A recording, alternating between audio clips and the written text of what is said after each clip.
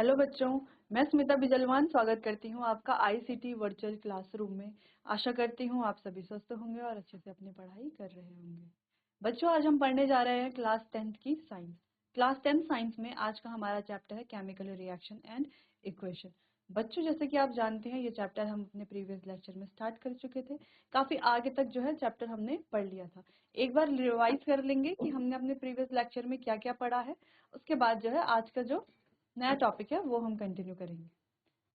सबसे पहले हमने पढ़ा था कि केमिकल चेंज क्या होते हैं और फिजिकल चेंज क्या होते हैं, यानी कि रासायनिक परिवर्तन और भौतिक परिवर्तन क्या होते हैं, दोनों में क्या डिफरेंस है। केमिकल इक्वेशंस क्या होती है, कैसे केमिकल इक्वेशंस को बैलेंस किया जाता है। साथ में कुछ क्वेश्चंस हमने किए थे, इंफॉर्मेटिव इक्वेशंस के बारे में हमने जाना था। फिर हमने अलग अलग कौन कौन से हमारे पास टाइप्स ऑफ केमिकल रिएक्शंस है वो हमने पढ़ा था। पहले हमारी कॉम्बिनेशन रिएक्शन जो कि कुछ इस प्रकार से होती है। फिर हमारी डिकम्पोजिशन रिएक्शन, अपघटन अभिक्रिया। फिर हमारी विस्थापन अभिक्रिया यानी कि डिस्प्लेसमेंट रिएक्शन। फिर हमारी द्विविस्थापन अभिक्रिया यानी कि डबल डिस्प्लेसमेंट रिएक्शन। तो ये सारी रिएक्शंस हमने अपने प्रीवियस लेक्चर में पढ़ ली थी, अच्छे से समझ ली थी। फिर लास्ट लेक्चर में हमारा जो टॉपिक था वो चल रहा था ऑक्सीडेशन एंड रिडक्शन, यानी कि अपचयन और उपचयन क्या होता है। ठीक है बच्चों, चलिए तो ऑक्सीडेशन और रिडक्शन के बारे में हम क्या जानते हैं। हमने क्या कहा था, सबसे पहले अगर एक ही रिएक्शन में ऑक्सीडेशन भी हो रहा है और रिडक्शन भी हो रहा है तो उसे क्या कहा जाता है, रेडॉक्स रिएक्शन कहा जाता है बच्चों। तो हमने क्या कहा था कि ऑक्सीडेशन क्या होता है, अगर हम सिंपली कहें ऑक्सीडेशन क्या है, अगर हम ये रिएक्शन लिखते हैं Zn,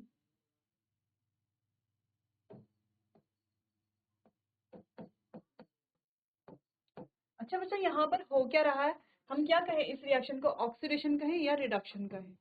अब देखो यहाँ पर क्या है, जिंक से क्या बन रहा है, जिंक से दो इलेक्ट्रॉन क्या हो रहे हैं, लूज हो रहे हैं, है ना। जहां पर इलेक्ट्रॉन लूज होते हैं, है ना, इलेक्ट्रॉन क्या हो रहे हैं, लूज हो रहे हैं, उसे क्या कहा जाता है, ऑक्सीडेशन कहा जाता है। इलेक्ट्रॉन लॉस हो रहे हैं ना, कम हो रहे हैं, उसे ऑक्सीडेशन कहा जाता है। और अगर हम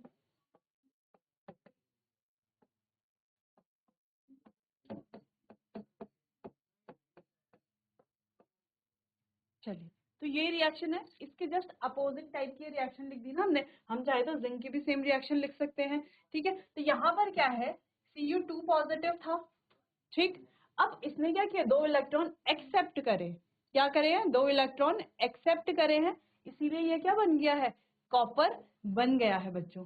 ठीक है, तो इस तरीके की रिएक्शन जहां पर क्या हो रहा है, इलेक्ट्रॉन्स का गेन हो रहा है, उसे क्या कहा जाता है, रिडक्शन कहा जाता है। तो जहां पर इलेक्ट्रॉन्स का क्या हो रहा है, लूज इलेक्ट्रॉन लॉस हो रहे हैं तो ऑक्सीडेशन, इलेक्ट्रॉन गेन हो रहे हैं तो रिडक्शन। ठीक, अब दूसरी चीज, पहली चीज तो ये हो गई। अब दूसरी चीज हमने क्या पढ़ी थी कि ऑक्सीडेशन क्या है,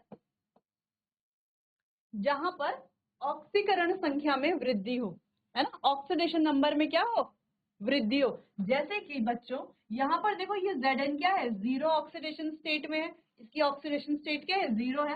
और यहाँ पर देखो +2 ऑक्सीडेशन स्टेट है, यानी कि यहाँ पर जीरो से +2 ऑक्सीडेशन स्टेट में जा रहा है, यानी कि ऑक्सीकरण संख्या क्या हो रही है, +2 हो रही है ना। ऑक्सीडेशन अवस्था क्या है, यानी कि ऑक्सीडेशन स्टेट क्या है, +2।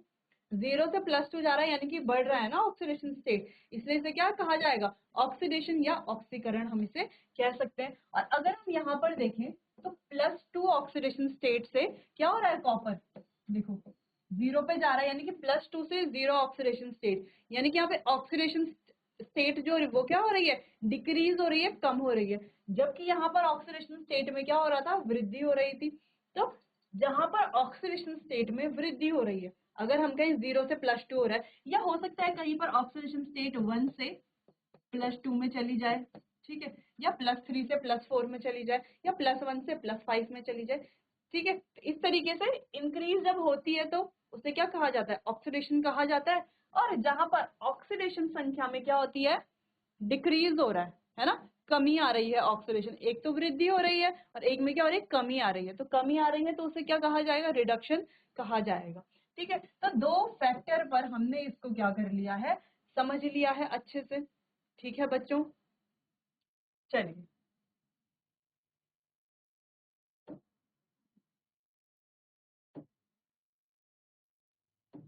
अच्छा, और सेम यहाँ पर एक और एग्जांपल था कि जहां पर ऑक्सीजन का एडिशन हो उसे क्या कहा जाएगा, ऑक्सीडेशन। जैसे कि यहाँ पर देखो 3CO से क्या बन रहा है, 3CO2। ऑक्सीजन की जो संख्या है वो बढ़ रही है, ठीक है, ऑक्सीजन क्या हो रहा है, बढ़ रहा है, ऑक्सीजन का एडिशन हो रहा है, ठीक है, तो उसे क्या कहा जाएगा, ऑक्सीडेशन कहा जाएगा बच्चों। और यहाँ पर देखो, यहाँ पर ऑक्सीजन थी, है ना, O3 था, लेकिन सिंपली इससे क्या बन रहा है, Fe बन रहा है, 2Fe। ठीक है, तो यहाँ पर ऑक्सीजन संख्या में क्या हो रहा है, लॉस हो रहा है ना, कमी हो रही है, तो इसे क्या कहा जाता है, रिडक्शन कहा जाता है। ठीक है बच्चों, चलो तो इसको हम सिंपली लिख सकते हैं, तीसरा पॉइंट,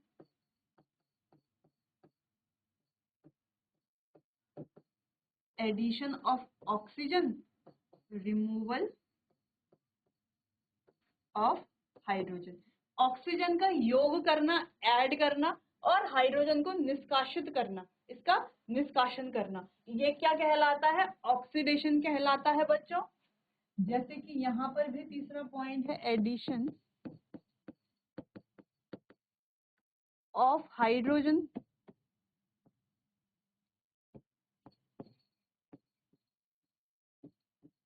रिमूवल ऑफ ऑक्सीजन। ठीक है, तो यहाँ पर दोनों में हमने सेम पॉइंट लिखा है, लेकिन क्या अपोजिट पॉइंट है ना दोनों। यहाँ पर क्या हो रहा है, ऑक्सीजन का योग और हाइड्रोजन का निष्कासन, ये क्या होगा हमारा ऑक्सीडेशन। जबकि यहाँ पर क्या है, ऑक्सीजन हाइड्रोजन का एडिशन यानी कि हाइड्रोजन का योग, और ऑक्सीजन का रिमूवल, ऑक्सीजन यहाँ से क्या हो रहा है, निष्कासन हो रहा है, तो उसे क्या कहा जाता है बच्चों, उसे रिडक्शन कहा जाता है।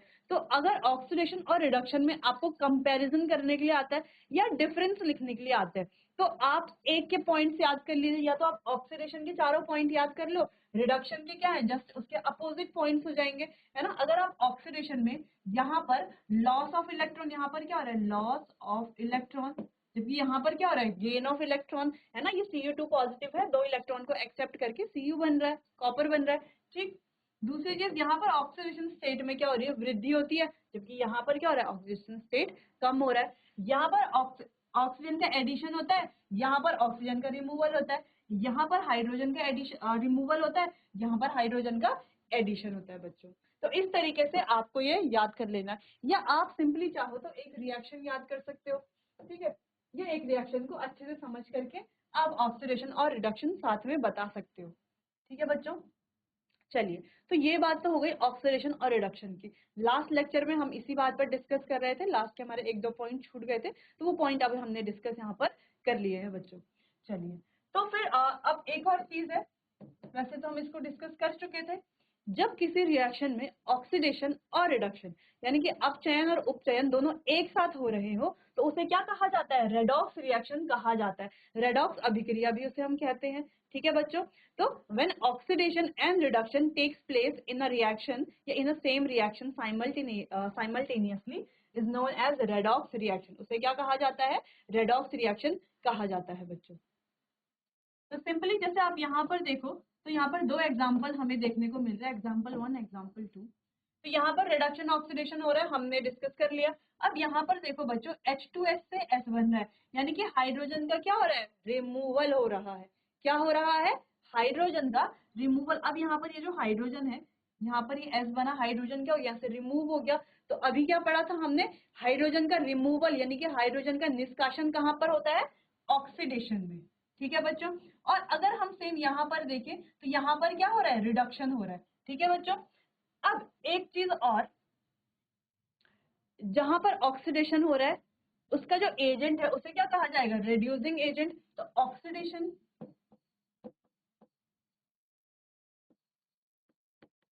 ऑक्सीडेशन कौन करता है, रिड्यूसिंग एजेंट।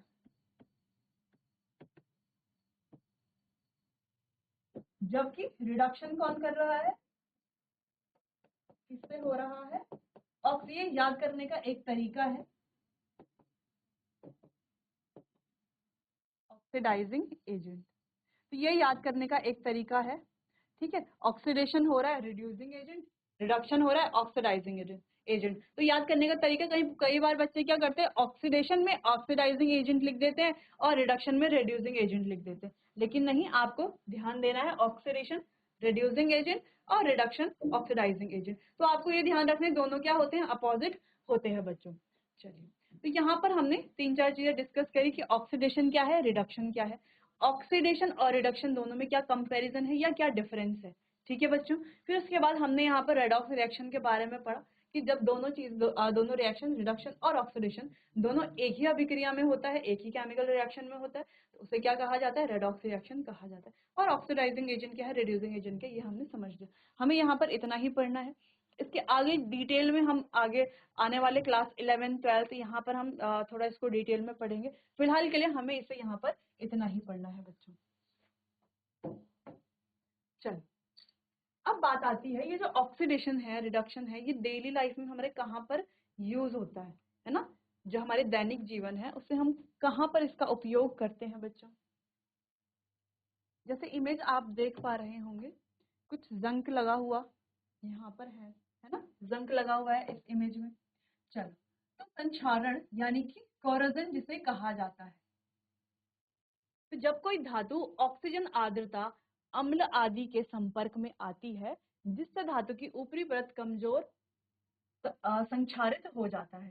ठीक है, यानी कि जब भी कोई किसकी उसमें आता है, ऑक्सीजन के साथ ऑक्साइड बना लेता है, तो क्या हो जाता है, यहाँ पर हमें जंक जैसी चीज देखने को मिलती है। जैसे लोहे की वस्तुओं पर जंक लगना, ये भी क्या है, कोरोजन का एक टाइप है। चांदी चांदी के ऊपर काली परत व तांबे के ऊपर हरी परत चढ़ना, ये भी क्या है, हमारे संक्षारण का उदाहरण है। तो इसे कैसे सही किया जा सकता है, विद्युत लेपन से या पेंट करके जो है हम कोरोजन को सही कर सकते हैं। तो हमने देखा होगा जब भी कोई लोहे की बनी हुई कोई चीज है, अब कोई लोहे का रॉड है, सरिया है, या हमारे घरों में ग्रिल्स होती है ना, ग्रिल लगी हुई होती है सीढ़ियों के आसपास या छत में ग्रिल्स लगी होती है, तो वो किसकी बनी हुई होती है, आयरन की बनी हुई होती है, लोहे की बनी हुई होती है। अगर उसको ऐसे ही खुला छोड़ दिया जाए तो कुछ दिनों बाद हम क्या देखते हैं कि वो जो आयरन है वो धीरे धीरे धीरे धीरे ब्राउन रंग का या भूरे रंग का इस टाइप का हमें देखने को मिलता है। तो ऐसा क्यों हो रहा है, क्योंकि अब जो है वो जो लोहा है वो क्या है, एटमॉस्फेयर में, अगर हम मान ले ये क्या है, आयरन की कोई वस्तु है, ठीक है, लोहे की कोई वस्तु है, इसके ऊपर हमने कोई कोटिंग नहीं की हुई है। ठीक है बच्चों, तो अगर हम इसको ऐसे ही क्या कर दे, खुली जगह पर छोड़ दे, एनवायरमेंट में रख दे, कहीं पर भी रख दे ऐसे ही, तो आसपास क्या होगा, मॉइस्चर होता है, नमी होती है, ठीक है, उस वजह से क्या होता है, ये इसके साथ रिएक्शन करके ऑक्साइड बनाता है और इसमें क्या हो जाता है, जंग लग जाता है, जंग फॉर्मेशन या हम रस्टिंग बोलते हैं जिसे। ठीक है, तो जंग लग जाता है। इससे बचाने के लिए हम क्या करते हैं, इसमें विद्युत लेपन करते हैं, पेंट करते हैं। ठीक है बच्चों, तो पेंट करके जो है, जैसे हमने घरों में जो ग्रिल देखी है तो उसमें क्या है, ब्लैक कलर का पेंट कर लेते हैं पूरा, ताकि उसमें रस्ट ना लग पाए, ताकि वो डायरेक्ट एयर के कांटेक्ट में ना आ पाए, जिससे रस्टिंग की प्रक्रिया आगे ना बढ़ पाए। क्योंकि जितना ज्यादा रस्ट लगेगा, लगता रहेगा, उससे क्या होता है, जो लोहा होता है वो पूरा का पूरा खराब हो जाता है बच्चों। तो बचाने के लिए हम क्या करते हैं, उस पर कोटिंग कर देते हैं। ठीक है, चलिए, तो इसे आप नोट कर लीजिए, फिर इसके और एग्जाम्पल्स भी हम देखेंगे।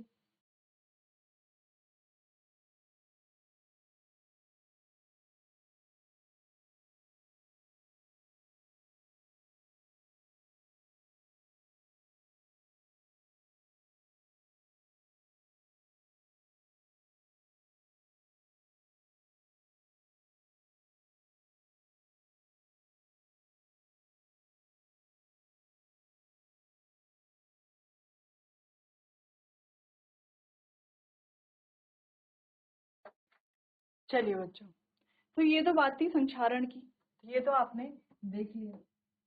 अब आगे आयरन में कैसे रस्टिंग होती है, रस्टिंग की प्रक्रिया कैसे होती है, iron plus 3O2 plus water जब हाइड्रेटेड आयरन ऑक्साइड, या जिसे हम रस्टिंग बोलते हैं, जिसे हम रस्ट भी कहते हैं। तो इस तरीके से अगर हमारे पास कोई आयरन का कोई भी लॉक है इस तरीके से, ठीक है, तो H2O जो एनवायरनमेंट में प्रेजेंस है उसकी मदद से क्या बन जाता है, यहाँ पर रस्ट फॉर्म हो जाता है, रस्ट फॉर्म यहाँ पर हो जाता है बच्चों। देख लीजिए इसे ध्यान से। चलिए, अब जैसे कि हमने यहाँ पर क्या पढ़ा था कि लोहे की वस्तुओं पर जंग लगना, अब चांदी के ऊपर एक परत लग जाती है काली, ठीक है, कैसे देखते हैं। अब इस तरीके से पॉलिश्ड सिल्वर है हमारे पास, तो ये भी H2S ऑक्साइड के साथ, ऑक्सीजन के साथ मिल करके क्या बना लेती है, टैनिस्ड सिल्वर, टार्निस्ड सिल्वर, यानी कि एक तरीके से इसके ऊपर क्या बना देती है, काली परत बना देती है। ठीक है बच्चों, एक तरह से इसके ऊपर क्या बना देती है, काली परत बना देती है।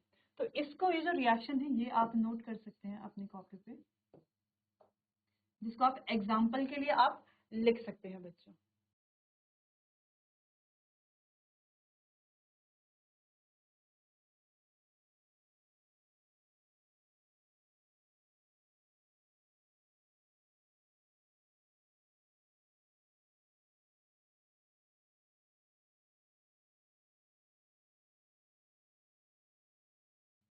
चलिए बच्चों, तो अब आगे बढ़ते हैं। कई एग्जांपल्स हमने देख लिए, जैसे यहाँ पर क्या है, मेटेलिक कोरोजन हो रहा है ना, जैसे यहाँ पे बहुत सारे अलग अलग मेटल्स हैं, कैसे कोरोड हो रहे हैं सारे मेटल, कैसे उनमें जो है जंग लग रहा है। चलिए, अब अगला टॉपिक है हमारा विकृत गंधिता, जिसको हम इंग्लिश में रेंसिडिटी भी कहते हैं। ठीक है बच्चों, अब ये रेंसिडिटी क्या होती है, क्या होता है विकृत गंधिता। चलिए, तो वसा युक्त और तैलीय खाद्य सामग्री वायु के संपर्क में आने पर उपचयित उपचयित हो जाते हैं, जिससे उनके स्वाद और गंध में परिवर्तन आ जाता है। स्वाद और गंध में परिवर्तन आ जाता है, इसे विकृत गंधिता कहते हैं। सिंपली हम कह सकते हैं कि कोई भी हमारा ऑयल और फैट वाला कोई भी हमारा खाद्य सामग्री हो, कोई भी हमारा फूड हो, तो वायु के संपर्क में आने से क्या हो जाता है, उसका जो स्वाद है और गंध है वो क्या हो जाता है, अलग हो जाती है, जिससे कि हम उसे कंज्यूम नहीं कर सकते, यानी कि अब वो खाने योग्य नहीं रहता। जैसे कि हमने देखा होगा, कोई भी चीजें हैं, जैसे चिप्स का पैकेट है, ठीक है, तो अगर वो खुला रहता है कुछ दिन तक, तो वो भी क्या होता है, तेल में फ्राई हुआ रहता है, ठीक है, तो वो खुला रहता है कुछ दिन तक, तो उसमें अलग से स्मेल आने लग जाती है और वो क्या हो जाता है, खाने के लिए अनफिट हो जाता है, यानी कि हम उसको कंज्यूम अब नहीं कर सकते। ठीक है बच्चों, तो यही हमारी रेंसिडिटी होती है। अब इसके कुछ उपाय होते हैं इसको रोकने के लिए, कैसे जो है इसे रोका जाए। प्रति ऑक्सीकारक का उपयोग करके वायुरोधी बर्तन में खाद्य सामग्री, यानी कि जो एयर टाइट कंटेनर्स होते हैं, उनमें हमें कोई भी खाने की चीज रखनी चाहिए। ठीक है बच्चों, दूसरा, वायु के स्थान पर नाइट्रोजन गैस द्वारा शीतलन द्वारा। ठीक है बच्चों, यानी कि या तो रेफ्रिजरेट कर सकते हैं हम, है ना, कोई भी हमारे खाने का सामान है, खाद्य सामग्री है, उसे रेफ्रिजरेट किया जाए। ठीक है, और जो भी हम देखते हैं चिप्स के पैकेट होते हैं, तो वो इतने दिनों तक दुकानों में रहते हैं, हम उन्हें घर लेकर के आते हैं, अगर वो पैकेट में ही है तो बिल्कुल खराब नहीं होते। क्यों नहीं होते, क्योंकि उनके अंदर नाइट्रोजन गैस फिल करी हुई होती है, इसीलिए वो खराब नहीं होते। तो रेंसिडिटी से बचाने के लिए जो उपाय है वो क्या क्या है, तो प्रति ऑक्सीकारक का उपयोग करके वायुरोधी बर्तन में खाद्य सामग्री को रखना, है ना, यानी कि हम क्या कर सकते हैं, कोई भी हमारी खाद्य सामग्री है उसे एयर टाइट कंटेनर में, यानी कि जिससे उसके अंदर वायु नहीं जा सके।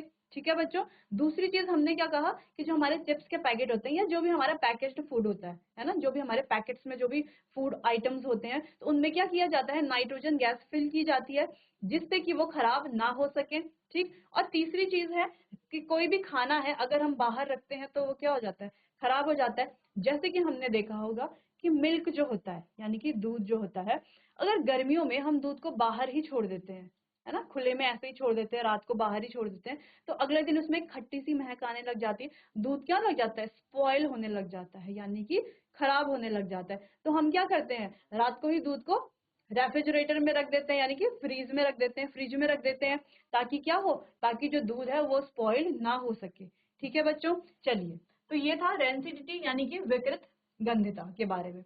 तो आप इसे नोट कर लीजिए और इसके जो उपाय हैं ये भी आप नोट कर लीजिए, फिर आगे इनको थोड़ा और हम डिस्कस करेंगे बच्चों।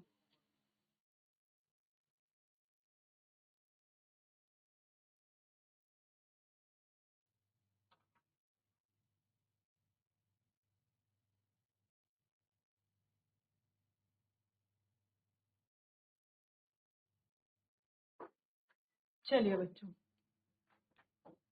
तो अब ऐसा चिप्स का पैकेट तो सबने देखा होगा, है ना। अब हमने अभी थोड़ी देर पहले क्या डिस्कस किया था, किस तरीके से पैकेट क्या होता है, मार्केट में रहता है ना, बहुत टाइम तक भी रहता है, बहुत महीने भी रहता है, तो वो खराब नहीं होता। फिर वहां से ला करके हम घर में भी तुरंत तो खाते नहीं है, वैसे तो खा लेते हैं, पर अगर हम उसे रख दे, संभाल करके रख दें, तो भी खराब नहीं होता। क्यों नहीं होता? क्योंकि इनके अंदर क्या गैस फिल की जाती है?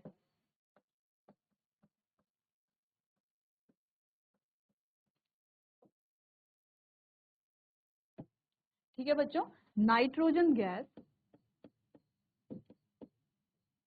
फिल की जाती है, जिससे कि ये क्या हो, नाइट्रोजन गैस किसका काम करती है? एक प्रेजर्वेटिव का काम करती है। अब प्रेजर्वेटिव्स क्या होते हैं? प्रेजर्वेटिव्स वो चीजें होती हैं जिन्हें हम खाद्य सामग्री में डालते हैं, और जो हमारा खाना है वो कई समय तक चलता है, खराब नहीं होता।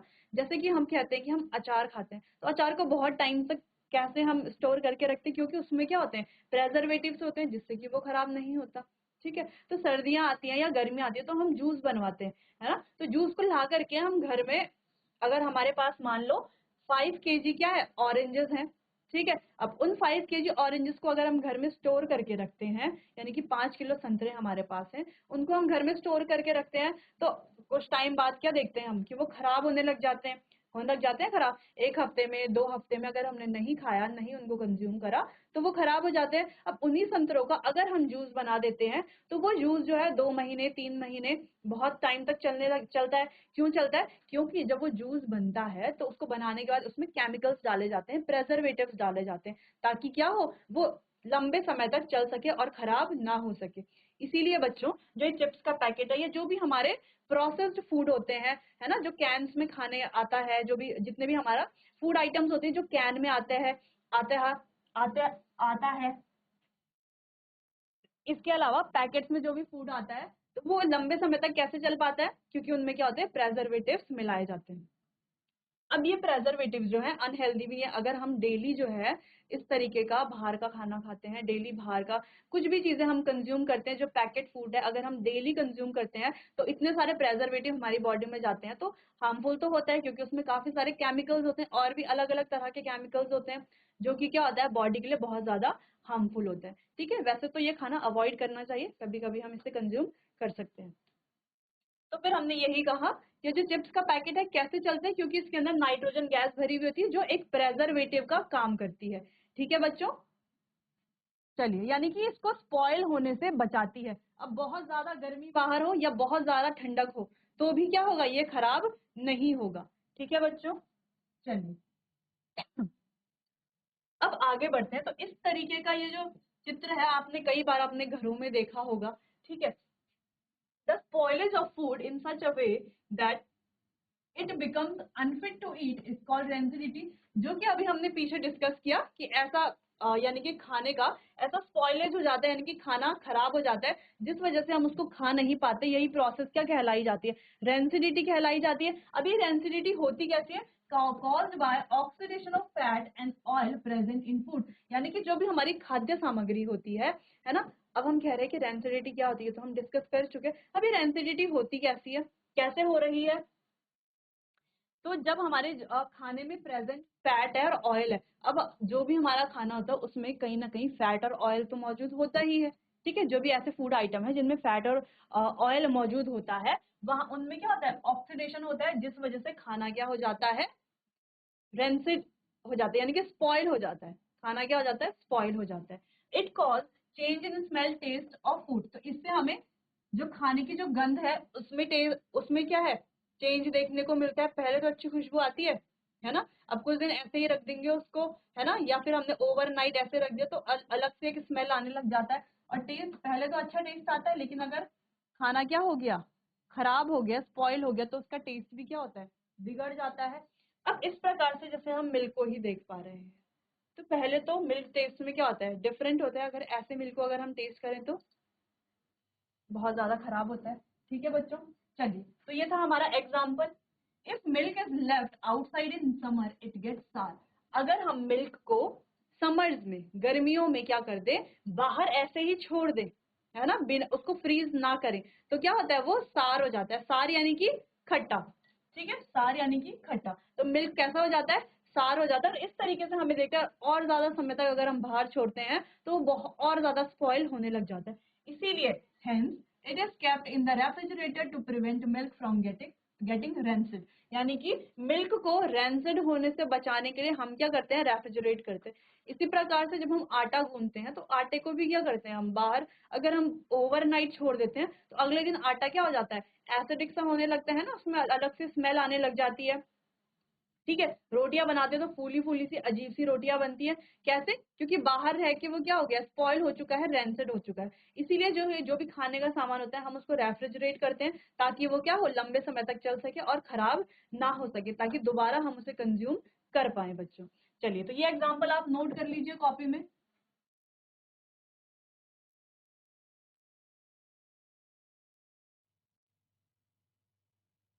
चलिए बच्चों, तो यहीं पर हमारा चैप्टर होता है समाप्त। उम्मीद है आपको अच्छे से समझ आया होगा, जो भी टॉपिक्स हमने पढ़े हैं, जो भी टॉपिक्स हमने डिस्कस किए हैं, आपको अच्छे से समझ में आया होगा। अगर आपको समझ नहीं आया या कहीं पर भी कोई प्रॉब्लम है तो आप मुझसे पूछ सकते हैं। चलिए बच्चों, तो मिलते हैं अपने आने वाले अगले सेशन में, तब तक के लिए आपका बहुत बहुत धन्यवाद।